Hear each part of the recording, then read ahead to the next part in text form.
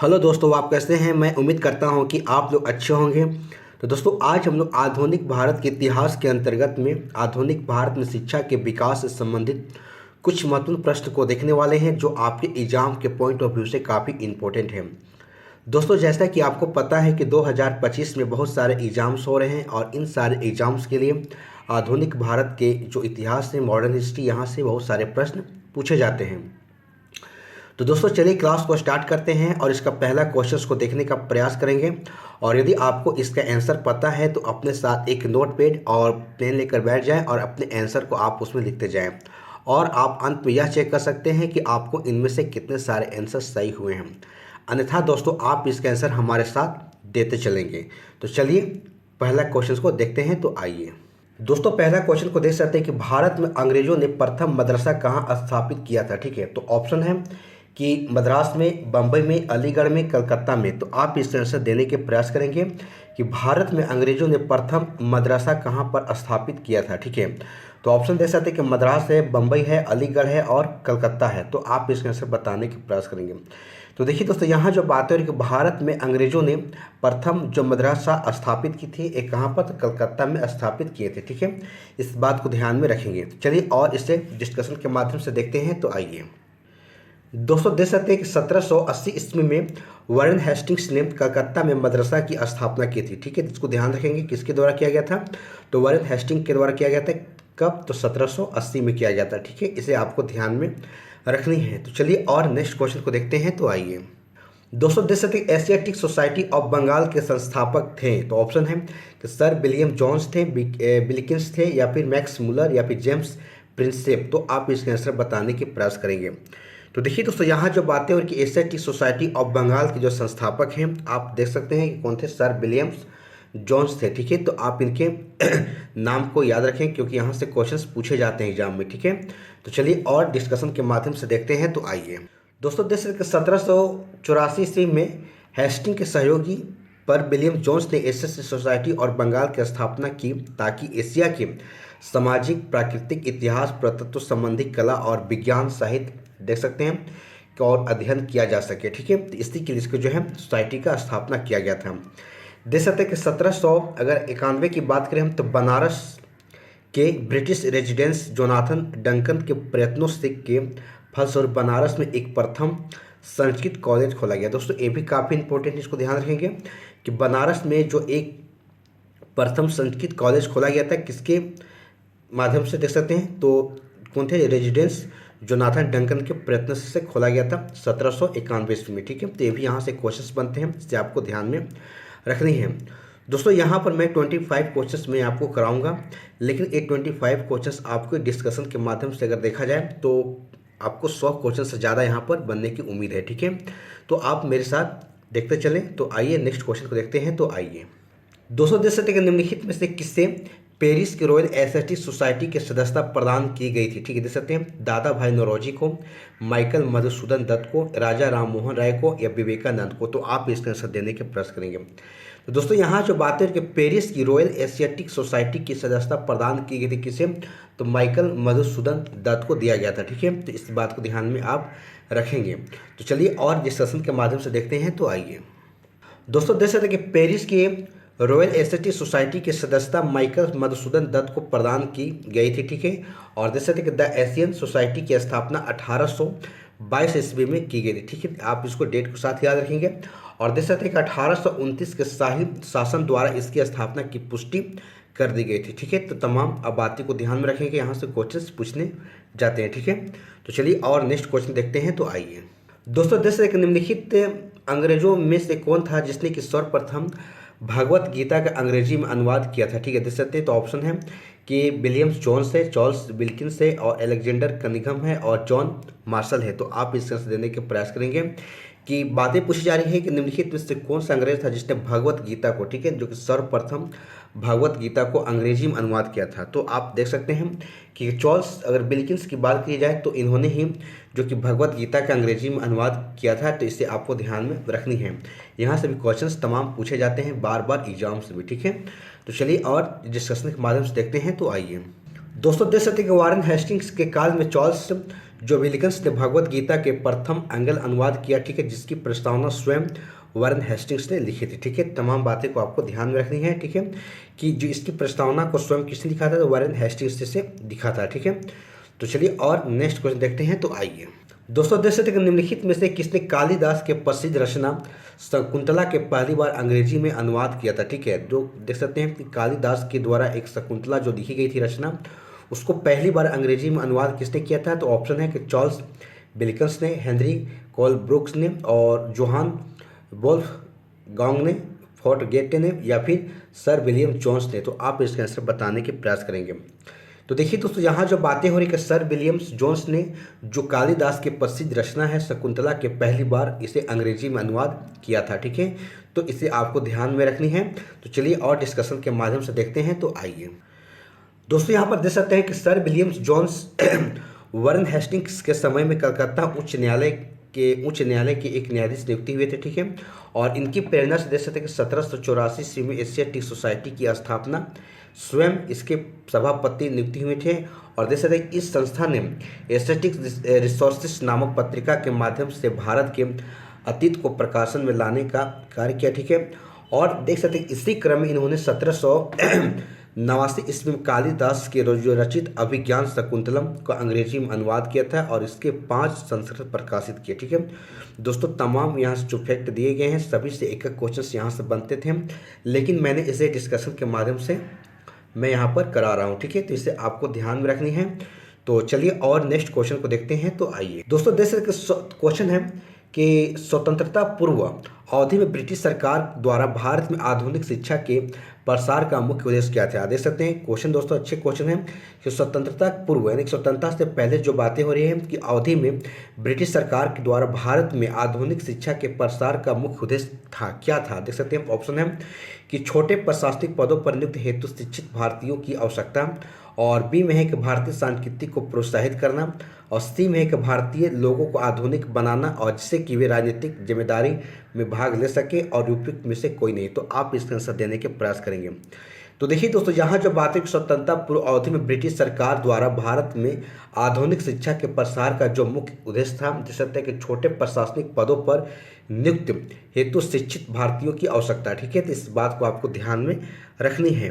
तो चलिए और डिस्कशन के माध्यम से देखते हैं। तो आइए दोस्तों, देख सकते हैं कि ब्रिटिश राज के द्वारा भारत में अंग्रेजी शिक्षा के प्रसार करवाने के पीछे मुख्य कारण था प्रशासन का खर्च कम करने की चिंता, ठीक है। देख सकते हैं और इसके लिए सरकार जो कि शिक्षित भारतीयों की संख्या बढ़ाना चाहती थी, जिससे कि प्रशासन और ब्रिटिश व्यावसायिक प्रतिष्ठानों की छोटे कर्मचारियों की और बढ़ती ज़रूरतों को पूरा किया जा सके, ठीक है। तो दोस्तों, तमाम बातें को ध्यान रखनी है। यहाँ से क्वेश्चंस लगातार एग्जाम्स में पूछे जाते हैं, ठीक है। तो चलिए और नेक्स्ट क्वेश्चन को देखते हैं। तो आइए दोस्तों, देख सकते हैं कि ब्रिटिश सरकार के किस अधिनियम ने सबसे पहली बार भारत में शिक्षा के लिए 1 लाख रुपए दिए थे, ठीक है। देख सकते हैं अधिनियम की बातें पूछी जा रही हैं। तो ऑप्शन है कि बोर्ड का डिस्पैच 1854, चार्टर अधिनियम 1813, चार्टर अधिनियम 1853, भारतीय जो कि परिषद अधिनियम 1892। तो आप इसका आंसर बताने के प्रयास करेंगे। तो देखिए दोस्तों, यहाँ जो बात है कि चार्टर अधिनियम 1813 के माध्यम से देख सकते हैं कि भारत पहली बार जो कि भारत में शिक्षा के लिए 1 लाख रुपए दिए गए थे, ठीक है। तो दोस्तों, यहाँ से आपको क्वेश्चंस कंटिन्यू एग्जाम्स में देखने को मिलते हैं, तो आपको ध्यान में रखनी है। तो चलिए और डिस्कशन के माध्यम से देखते हैं। तो आइए दोस्तों, देख सकते हैं कि 1813 के चार्टर अधिनियम के तहत कंपनी ने पहली बार शिक्षा के प्रति सरकारी उत्तरदायित्व उठाया था, और देख सकते हैं कि प्रति वर्ष शिक्षा के लिए 1 लाख रुपए खर्च करने की व्यवस्था इस अधिनियम ने की थी, ठीक है। दोस्तों, यहाँ से आपको फैक्ट को भी ध्यान में रखनी है, ठीक है। किस अधिनियम से? 1813 के चार्टर अधिनियम के माध्यम से, ठीक है। तो चलिए नेक्स्ट क्वेश्चन को देखते हैं। तो आइए दोस्तों, देख सकते हैं कि बोर्ड डिस्पैच के बारे में निम्नलिखित में से कौन सा कथन सत्य है, ठीक है। देख सकते हैं ऑप्शन 1 है कि सहायता अनुदान व्यवस्था यानी कि ग्रांट इन एंड शुरू की थी, और विश्वविद्यालय की स्थापना की सिफारिश की थी, और शिक्षा के सभी स्तरों पर शिक्षण माध्यम के रूप में अंग्रेजी की सिफारिश की थी, ठीक है। तो आपको कोड के माध्यम से सही बताना है कि बोर्ड डिस्पैच के बारे में कौन सी बातें सही है, ठीक है। तो देखिए दोस्तों, यहाँ जो बातें हो रही हैं कि वुड डिस्प्लेज के बारे में जो पूछा जा रहा है, देख सकते हैं कि सहायता अनुदान व्यवस्था यानी कि ग्रांट्स इन एंड शुरू की थी, बिल्कुल सही है। और देख सकते हैं कि दूसरा जो है कि विश्वविद्यालय की स्थापना की इन्होंने सिफारिश की थी, ठीक है। तो ये दोनों बातों को आपको ध्यान रखना है, तो इस प्रकार से केवल 1 और 2 यहाँ पर सही होंगे, ठीक है। तो चलिए और इसे डिस्कशन के माध्यम से देखते हैं। तो आइए दोस्तों, देख सकते वुड डिस्प्लेज या वुड घोषणा देख सकते हैं ब्रिटिश ईस्ट इंडिया कंपनी के बोर्ड ऑफ कंट्रोल के अध्यक्ष चार्ल्स वुड के द्वारा 1854 में इसे जारी किया गया था। दोस्तों ध्यान रखें डेट के साथ। और इस घोषणा पत्र में भारतीय शिक्षा पर एक व्यापक योजना प्रस्तुत की गई थी, ठीक है। देख सकते इस घोषणा पत्र में शिक्षा के उद्देश्य, माध्यम, सुधारों आदि पर विचार किया गया था, ठीक है। और देख सकते इस घोषणा पत्र को भारत में अंग्रेजी शिक्षा का मैग्ना कार्टा भी कहा जाता है। दोस्तों यहाँ से क्वेश्चन पूछे जाते हैं कि किस घोषणा को दे सकते हैं कि वुड डिस्प्लेज या वुड घोषणा पत्र को क्या कहा जाता था, तो भारत अंग्रेजी शिक्षा के मैग्ना कार्टा भी कहा जाता था। तो आपको इसको ध्यान में रखनी है, यहाँ से क्वेश्चन एग्जाम्स में पूछे जाते हैं।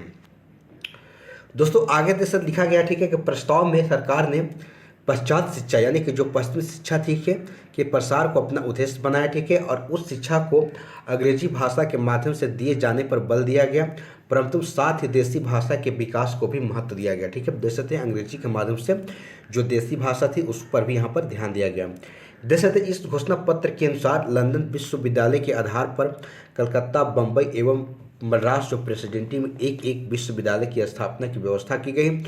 तो और देख सकते हैं कि इसमें इस बात पर बल दिया कि सरकारी शिक्षण जो संस्थानों में दी जाने वाली शिक्षा धर्मनिरपेक्ष हो, ठीक है। देख सकते हैं तमाम बातें को आपको ध्यान रखनी है, काफ़ी इंपॉर्टेंट यहाँ से फैक्ट बताए गए हैं। देख सकते हैं कि शिक्षा के क्षेत्रों में निजी प्रयत्नों को प्रोत्साहित करने के लिए अनुदान सहायता यानी ग्रांट इन एंड की पद्धति चलाने की भी सिफारिश भी इसमें की गई, ठीक है। दोस्तों तमाम जो बातें यहाँ पर बताई गई सभी को आपको ध्यान में रखनी है। तो चलिए और नेक्स्ट क्वेश्चन को देखते हैं। तो आइए दोस्तों, देख सकते चार्ल्स वुड का आदेश पत्र निम्नलिखित में से किससे संबंधित, जस्ट अभी हम लोग देखे ने बहुत अच्छे से डिस्कशन किए कि चार्ल्स वुड का आदेश पत्र निम्नलिखित में से किससे संबंधित था। ऑप्शन शिक्षा से, व्यापार से, प्रशासनिक सुधार से या फिर सैन्य सुधार से। तो आप इससे बताने का प्रयास करेंगे। तो देखिए दोस्तों, अभी जस्ट हम लोगों ने पढ़ा शिक्षा को लेकर काफ़ी ज़्यादा उस पर बल दिया गया था, ठीक है। तो यहाँ आपको शिक्षा संबंधित आपको ध्यान में रखनी है। तो चलिए और इसे कुछ डिस्कशन के माध्यम से देखते हैं। तो आइए दोस्तों, देख सकते हैं कि यहाँ पर जो बातें हो रही हैं कि वुड घोषणा पत्र यानी कि बोर्ड ऑफ कंट्रोल के जो अध्यक्ष चार्ल्स वुड के द्वारा 19 जुलाई 1854 को एक जारी किया गया था, देख सकते हैं। और इस घोषणा पत्र में भारतीय शिक्षा पर एक व्यापक योजना प्रस्तुत की गई थी, ठीक है, जिसे कि वुड डिस्प्लेज कहा जाता है, ठीक है। तो जस्ट वही बहुत सारी बातें जो पहले भी ऑलरेडी पढ़ चुके हैं। और देख सकते हैं कि 100 अनुच्छेदों वाले इस प्रस्ताव में शिक्षा के उद्देश्य, माध्यमों को सुधार आदि पर विचार किया गया था, ठीक है। देख सकते हैं, ठीक है, तमाम बातें को ऑलरेडी हम लोगों ने सब पढ़ चुके हैं। और देख सकते हैं और है कि इस घोषणा पत्र को भारत में अंग्रेजी शिक्षा के मैग्ना कार्टा भी कहा जाता है। और प्रस्ताव में सरकार देख सकते हैं कि पश्चात शिक्षा के प्रसार को अपना उद्देश्य बनाया और उस शिक्षा को अंग्रेजों के जो भाषा के माध्यम दिए जाने पर बल दिया गया और साथ ही देसी जो भाषा के विकास को भी महत्व दिया गया है, ऑलरेडी पढ़ चुके हैं। और इसके अनुसार लंदन विश्वविद्यालय के आधार पर कलकत्ता, बम्बई एवं मद्रास ने एक एक विश्वविद्यालय की स्थापना की व्यवस्था भी की गई, ठीक है। तो तमाम बातें को आपको ध्यान रखनी है, यहाँ से क्वेश्चंस पूछे जाते हैं।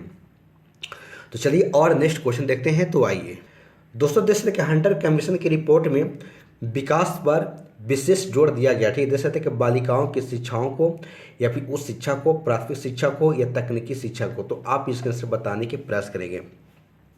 तो देखिए दोस्तों, यहाँ जब बातें हो रही, ठीक है, कि हंटर कमीशन की रिपोर्ट में देख सकते हैं, ठीक है, प्राथमिक शिक्षा को विकास पर काफ़ी यहाँ पर जोर दिया गया, बल दिया गया, ठीक इस पर। तो इसे आपको ध्यान में रखनी है, ठीक है। तो चलिए और डिस्कशन के माध्यम से इसे देखते हैं। तो आइए दोस्तों, देख सकते हैं कि 1854 ईस्वी के में देख सकते हैं कि पश्चात शिक्षा जो हमारा पश्चिमी शिक्षा की बातें हो रही हैं कि क्षेत्र में प्रगति की समीक्षा करने के लिए 1882 ईस्वी में Lord Ripon and W Hunter की अध्यक्षता में एक प्राथमिक शिक्षा यानी एक अध्यक्षता में प्रथम जो भारतीय शिक्षा आयोग की नियुक्ति किया गया, ठीक है। और इस आयोग की रिपोर्ट में प्राथमिक शिक्षा के सुधार एवं विकास पर विशेष जोर दिया गया था, ठीक है। तो इसे आपको ध्यान में रखनी है। तो चलिए और नेक्स्ट क्वेश्चन देखते हैं। तो आइए दोस्तों, देख सकते हैं कि नेशनल काउंसिल ऑफ एजुकेशन की स्थापना कब हुई, ठीक है। तो ऑप्शन है कि 15 अगस्त 1903 में, 15 अगस्त 1904 में, 15 अगस्त 1905 में या 15 अगस्त 1906 में। तो आप इसके आंसर बताने के प्रयास करेंगे। तो देखिए दोस्तों, यहाँ जो बात है कि नेशनल काउंसिल ऑफ एजुकेशन की जो स्थापना है 15 अगस्त 1906 में इसकी स्थापना हुई। ठीक है, तो चलिए और इसके बारे में डिस्कशन के माध्यम से देखने का प्रयास करते हैं। तो आइए दोस्तों, देश के राष्ट्रीय शिक्षा के क्षेत्र में सर्वप्रथम जो 1905 में रंगपुर नेशनल स्कूल की स्थापना हुई थी, देख सकते हैं कि 16 नवंबर 1905 में कलकत्ता में एक सम्मेलन आयोजन किया गया था। ठीक है, और इस सम्मेलन में देख सकते हैं कि साप्ताहिक जो साहित्यिक, वैज्ञानिक और तकनीकी शिक्षा देने के लिए राष्ट्रीय शिक्षा परिषद यानी कि नेशनल काउंसिल ऑफ एजुकेशन की स्थापित करने का फैसला हुआ। ठीक है, और देख सकते हैं कि 15 अगस्त 1906 को राष्ट्रीय शिक्षा परिषद की स्थापना की गई। ठीक है दोस्तों, यहाँ से तमाम बातें आपके लिए काफ़ी इंपॉर्टेंट है, इन सारे को आपको ध्यान में रखनी है। तो चलिए और नेक्स्ट क्वेश्चन को देखते हैं। तो आइए दोस्तों, देश के सेंट्रल आयोग संबंधित था। ठीक है, देख सकते हैं न्यायपालिका से, राजस्व प्रशासन से, शिक्षा से या पुलिस प्रशासन से। तो आप इसका आंसर देने के प्रयास करेंगे। तो देखिए दोस्तों, यहाँ जो बात है सेंट्रल आयोग जो संबंधित है किससे, शिक्षा से संबंधित है। ठीक है, तो इसे आपको ध्यान में रखनी है। तो चलिए और से डिस्कशन के माध्यम से देखते हैं। तो आइए दोस्तों, देश का सेंट्रल आयोग शिक्षा से संबंधित है। ठीक है, और देख सकते हैं कि वर्ष 1917 में सरकार ने कलकत्ता विश्वविद्यालय की संभावनाओं के अध्ययन तथा रिपोर्ट के लिए एक आयोग नियुक्ति किया। ठीक है, देख सकते हैं कि डॉक्टर AM.E. सेंडलर जो कि लीड्स विश्वविद्यालय के उप कुलपति थे और इनके अध्यक्ष एक नियुक्ति किए गए। ठीक है, और इस आयोग का यह विचार था कि यदि विश्वविद्यालय शिक्षा का सुधार करना है तो माध्यमिक शिक्षा का सुधार करना आवश्यक है। ठीक है, और देख सकते हैं कि इसने वर्ष 1904 के जो विश्वविद्यालय अधिनियम को कड़ी निंदा की, और देख सकते हैं और तमाम बातें बताई जा रही हैं कि यह भी बताए कि कॉलेज तथा विश्वविद्यालय शिक्षा का ठीक ठाक समन्वय नहीं हो सकता है। ठीक है, तो तमाम बातें को इसके बारे में ध्यान में रखनी है। ठीक है, तो चलिए और नेक्स्ट क्वेश्चन को देखते हैं। तो आइए दोस्तों, देख सकते हैं 1902 ईस्वी में लॉर्ड कर्जन ने 2 भारतीय सदस्यों को सम्मिलित करते हुए एक विश्वविद्यालय आयोग गठित किया गया। ठीक, तो वे कौन थे? तो ऑप्शन है बाल गंगाधर तिलक और सुरेंद्रनाथ बनर्जी, बी में गोपाल कृष्ण गोखले और रास बिहारी बोस, और सी है कि सैयद हुसैन बिलग्रामी और सुरेंद्रनाथ बनर्जी, और डी में कि सैयद हुसैन बिलग्रामी और न्यायमूर्ति गुरुदास बनर्जी। या उपयुक्त में से कोई नहीं या फिर एक से अधिक। तो आप इसका आंसर बताने की प्रयास करेंगे। तो देखिए दोस्तों, यहाँ जो बातें हो रही है कि 1902 ईस्वी में लॉर्ड कर्जन ने दो भारतीय की बात किया जाए तो सैयद हुसैन बिलग्रामी और न्यायमूर्ति गुरुदास बनर्जी, ठीक है, जिन्हें सम्मिलित करते हुए एक विश्वविद्यालय आयोग को गठित किया था। ठीक है, जिससे आपको ध्यान में इनका रखनी है इनके नाम के बारे में। ठीक है, तो चलिए और डिस्कशन के माध्यम से देखते हैं। तो आइए दोस्तों, देख सकते हैं यह बातें और कि वायसराय लॉर्ड कर्जन ने शैक्षणिक सुधारों के तहत 1902 ईस्वी में सर टॉमस रेले के अध्यक्षता में एक विश्वविद्यालय आयोग का गठन किया था, और इस आयोग के सदस्यों में 2 भारतीय सदस्यों जैसे कि सैयद हुसैन बिलग्रामी और न्यायमूर्ति गुरुदास बनर्जी को नियुक्ति किया गया था। ठीक है, देख सकते हैं इस आयोग के द्वारा किए गए सुझाव के आधार पर विश्वविद्यालय जो अधिनियम 1904 पारित किया गया था। ठीक है, तो दोस्तों यहाँ से आपको ध्यान में रखनी है, तमाम जो फैक्ट है आपके लिए काफ़ी इंपॉर्टेंट है। ठीक है, तो चलिए और नेक्स्ट क्वेश्चन को देखते हैं। तो आइए दोस्तों, देश के लॉर्ड मैकाले संबंधित है, ठीक किससे? तो सेना के सुधार से, सती प्रथा की समाप्ति से, अंग्रेजी शिक्षा से या फिर अस्थायी बंदोबस्त से। तो आप इसके आंसर देने के प्रयास करेंगे।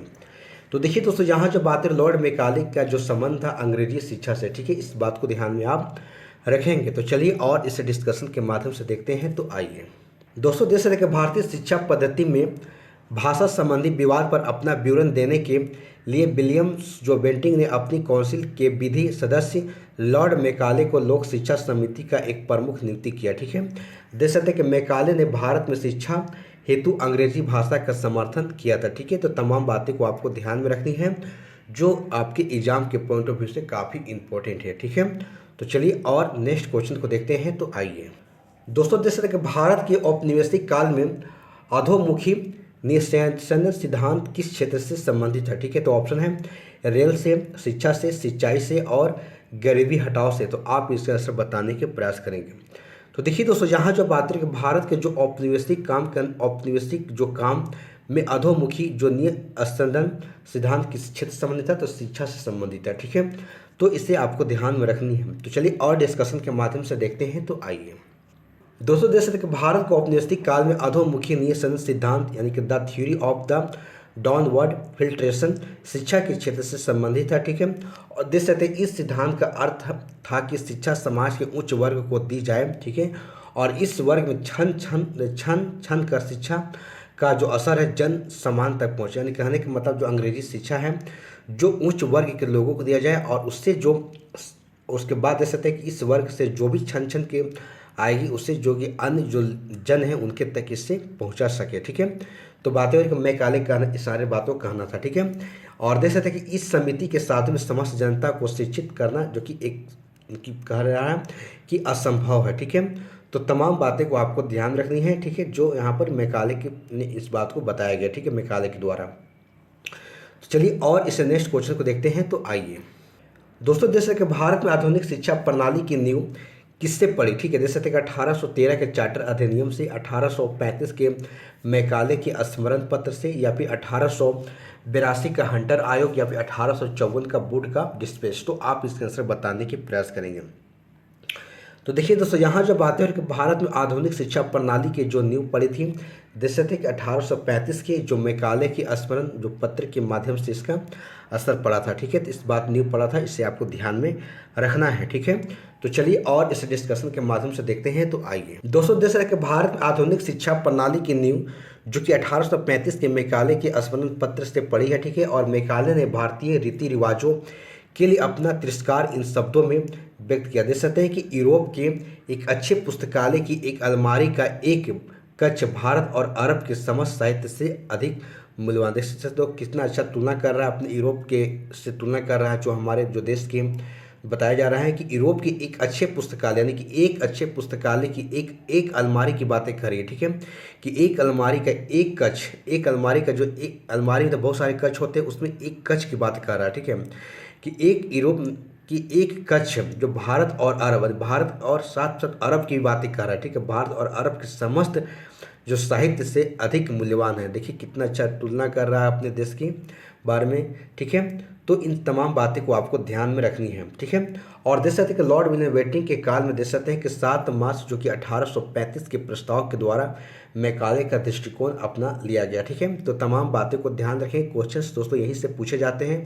जो भी डिस्कशन के माध्यम से आप देख रहे हैं, इन सारे फैक्ट से ही आपके क्वेश्चंस एग्जाम्स में पूछने की पूरी संभावना होती है। ठीक है, तो चलिए और इसे नेक्स्ट क्वेश्चन देखते हैं। तो आइए दोस्तों, देख सकते हैं किसके शासन काल में भारत में अंग्रेजी शिक्षा आरंभ की गई। ठीक है, तो ऑप्शन है कि लॉर्ड विलियम कैवेंडिश बेंटिंक के द्वारा। ठीक है, और देख सकते हैं कि लॉर्ड हार्डिंग के द्वारा, लॉर्ड मिंटो के द्वारा, या लॉर्ड डलहौजी के द्वारा। तो आप इसका आंसर देने के प्रयास करेंगे। तो देखिए दोस्तों, यहाँ जो बात है अंग्रेजी शिक्षा, भारत में अंग्रेजी शिक्षा जो आरंभ की थी लॉर्ड विलियम बेंटिंक के द्वारा, देख सकते हैं कि इसकी शिक्षा आरंभ की गई। ठीक है, तो चलिए और डिस्कशन के माध्यम से देखते हैं। तो आइए दोस्तों, देख सकते हैं कि गवर्नर जनरल जो कि लॉर्ड विलियम कैवेंडिश बेंटिंक जो 1828 से लेकर 35 ईस्वी तक इनका शासनकाल था।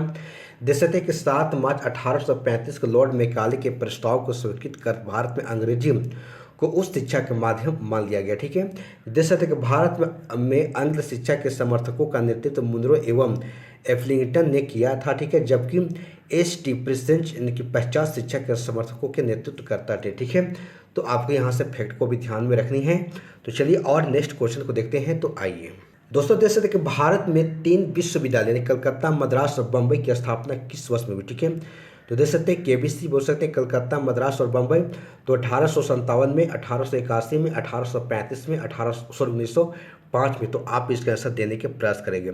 तो देखिए दोस्तों, यहाँ जो बात है कि भारत में 3 विश्वविद्यालय की जो स्थापना हुई थी 1857 में हुई है। ठीक है, तो देख सकते हैं कलकत्ता, मद्रास और बम्बई। ठीक है, तो चलिए और इस डिस्कशन के माध्यम से देखते हैं। तो आइए दोस्तों, देख सकते हैं कि भारत में अंग्रेजी शिक्षा का मैग्ना कार्टा कहे जाने वाले जो 1854 के जॉर्ज वुड के डिस्पेच को आधार बनाकर लंदन विश्वविद्यालय की तर्ज पर ब्रिटिश भारत में 3 विश्वविद्यालय जैसे कलकत्ता, मद्रास और बम्बई की स्थापना 1857 में की थी। ठीक है, तो तमाम बातें को आपको ध्यान में रखनी है। ठीक है, तो चलिए और इसे नेक्स्ट क्वेश्चन देखते हैं। तो आइए दोस्तों, देख सकते हैं किसके सतत प्रयत्नों से बम्बई में प्रथम महिला विश्वविद्यालय की स्थापना हुई। ठीक है, देख सकते हैं ऑप्शन एक दयाराम जो कि गिंडुमल है। ठीक है, और डी के कर्वे हैं, रामाबाई है, या महादेव गोविंद रानाडे हैं। तो आप इसका आंसर बताने के प्रयास करेंगे। तो देखिए दोस्तों, यहाँ जो बात है डी के कर्वे की, आप देख सकते हैं इनके प्रयत्नों से ही बम्बई में प्रथम महिला विश्वविद्यालय की स्थापना की गई। ठीक है, तो इसे आपको ध्यान में रखनी है। तो चलिए और डिस्कशन के माध्यम से देखते हैं। तो आइए दोस्तों, देख सकते डी के कर्वे के सतत प्रयत्नों से देख सकते हैं कि वर्ष 1916 में बम्बई में महिला विश्वविद्यालय की स्थापना हुई, ठीक है। और ये महाराष्ट्र के समाज सुधारक एवं सामाजिक कार्यकर्ता थे और इन्होंने विधवाओं के उत्थान के लिए विधवा जो कि विवाह प्रतिबंध निवारण मंडली की भी स्थापना की थी। और देख सकते कि 1896 में उन्होंने पूना में विधवा गृह की स्थापना भी की थी, ठीक है। उन्होंने स्वयं एक ब्राह्मण विधवा से विवाह भी किया था, ठीक है, देख सकते हैं। और वर्ष 1958 में इन्हें भारत रत्न प्रदान किया गया। दोस्तों काफ़ी इंपॉर्टेंट है, आप जो है डी के कर्वे के बारे में तमाम बातें को आपको ध्यान में रखनी है, ठीक है। तो चलिए और नेक्स्ट क्वेश्चन को देखते हैं। तो आइए दोस्तों, देख सकते हैं कि डेक्कन एजुकेशन सोसाइटी की स्थापना से कौन संबंधित था, ठीक है। ऑप्शन है कि जस्टिस रानाडे था, फिरोज शाह मेहता, बी जी तिलक और दयानंद सरस्वती। तो आप इसका आंसर देने के प्रयास करेंगे। तो देखिए दोस्तों, यहाँ जब बात है डेक्कन एजुकेशन सोसाइटी की स्थापना से देख सकते हैं कि संबंधित कौन था। तो देख सकते हैं कि बी जी तिलक यानी कि बाल गंगाधर तिलक के यहाँ जो बातें हो रही, ठीक है, इनका संबंध जो डेक्कन एजुकेशन सोसाइटी से था, ठीक है। तो चलिए और इनके बारे में थोड़ा डिस्कशन करते हैं। तो आइए दोस्तों, देख सकते हैं कि डेक्कन एजुकेशन सोसाइटी की स्थापना जो कि 1880 ईस्वी में मूलतः न्यू इंग्लिश स्कूल के प्रारंभ के साथ पुणे में की गई थी, ठीक है। और 1854 में डेक्कन एजुकेशन सोसाइटी औपचारिक रूप से इसे यानी कि ऑफिशियल रूप से गठित कर दी गई, ठीक है। और इस संस्था के देख सकते हैं कि संस्थापकों में बी के चिप लुकर और बी जे तिलक और एम बी नाम जोशी और गोपाल गणेश अग्रकर प्रमुख थे, ठीक है। और जस्टिस रानाडे इस सोसाइटी के संस्थापक नहीं बल्कि इनके 5 संरक्षकों में से एक थे, ठीक है। तो इस बात को आपको ध्यान में रखनी है। तो चलिए और नेक्स्ट क्वेश्चन को देखते हैं। तो आइए दोस्तों, देख सकते हैं निम्नलिखित कॉलेजों में सर्वप्रथम किसकी स्थापना हुई थी, ठीक है। देख सकते हैं कि हिंदू कॉलेज कलकत्ता में, या फिर दिल्ली कॉलेज, मेयो कॉलेज, या फिर मुस्लिम एंग्लो जो ओरिएंटल कॉलेज है, ठीक है। तो आप इसके आंसर बताने के प्रयास करेंगे। तो देखिए दोस्तों, यहाँ जब बातें हो रही, ठीक है, कि हिंदू कॉलेज जो कलकत्ता देख सकते कॉलेजों में सर्वप्रथम जो इसकी स्थापना हुई थी, इससे आपको ध्यान में रखनी है। तो चलिए और डिस्कशन के माध्यम से देखते हैं। तो आइए दोस्तों, देख सकते हैं कि राजा राम मोहन राय आधुनिक शिक्षा के सबसे प्रारंभिक जो कि प्रचारकों में से एक थे। दोस्तों यहाँ पर ध्यान रखेंगे राजा राम मोहन राय के। और देख सकते हैं कि 1817 ईस्वी में इन्होंने डेविड हेयर एवं अलेक्जेंडर डब के साथ मिलकर कलकत्ता में प्रसिद्ध जो हिंदू कॉलेज की स्थापना की, ठीक है। और मेयो कॉलेज की स्थापना की बातें हो रही, देख सकते हैं कि 1875 ईस्वी में अजमेर में। और देख सकते हैं कि मुस्लिम एंग्लो जो कि ओरिएंटल कॉलेज की स्थापना 1875 में अलीगढ़ में, एवं दिल्ली कॉलेज की स्थापना जो कि 1854 में हुई थी, 24 में हुई थी।